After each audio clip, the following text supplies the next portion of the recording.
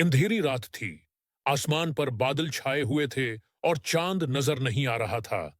एक गहरा और खौफनाक सुनाटा हर तरफ छाया हुआ था।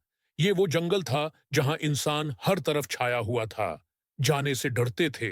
पुराने लोगों का कहना था कि यहाँ एक काला साया रहता है जो इंसानों का खून पीता है। रशीद, एक नौजवान फोटोग्राफर जो फितरत के मनाजर का दीवाना था, ने उन कहानियों पर यकीन नहीं किया। उसने फैसला किया कि वो उस जंगल में जाएगा और वहां की नायाब तस्वीर लेकर दुनिया को दिखाएगा कि ये सिर्फ अफसाने हैं, हकीकत कुछ नहीं। रशीद अपने कैमरे और जरूरी सामान के साथ जंगल की तरफ रवाना हुआ। रास्ते में उसे कई लोगों ने रोका, पर वो न माना। वो रात को जंगल के एक पुराने कैंप पर पहुंचा जो बरसों से वीरान था। वहां पहुंचकर उसने खैमा लगाया और अपने कैमरे की तैयारी शुरू की। आधी रात हो चुकी थी, अचानक हो चुकी थी। जंगल में एक अजीब सी आवाज गूंजी।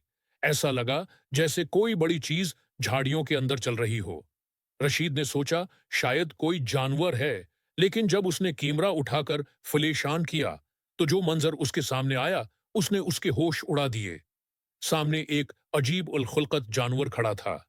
उसका जिस्म काले बालों से भरा हुआ था, आंखें खून की तरह सर्ख थीं और दानत खंजर जैसे नुकीले। वो आहिस्ता आहिस्ता रशीद की तरफ बढ़ रहा था। रशीद की सांसें रखने लगे, हाथ से कैमरा गिर गया। वो जानवर कोई आम जानवर नहीं था। ये वही काला साया था जिसका जिक्र देहातियों की बातों में होता था। रशीद भागने की कोशिश करने लगा, लेकिन उसके पांव जैसे जमीन में धुन्नस गए हों। जानवर ने एक होलनाक चीख मारी और जंगल की हर चीज खामोश हो गई। फिर अचानक वो गायब हो गया। रशीद को लगा शायद वो ख्वाब देख रहा है। उसने खुद को हटा दिया, संभाला और तेजी से कैंप वापस आया। लेकिन कैंप बिखरा हुआ था, सामान इधर-उधर पड़ा था और खीमे पर खून के छींटे थे। वो दहशत से चीखा और फौरन वहां से भागने की कोशिश की। जंगल की तारीकी में रास्ता ढूंढना मुश्किल था, लेकिन रशीद किसी तरह मीन सड़क तक पहुंच गया।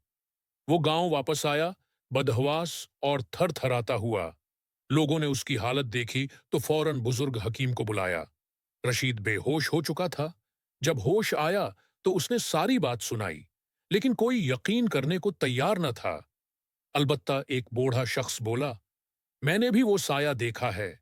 उससे बच निकलना मोजिजा है। तुम्हें यहां से दूर चले जाना चाहिए, वो दोबारा आएगा।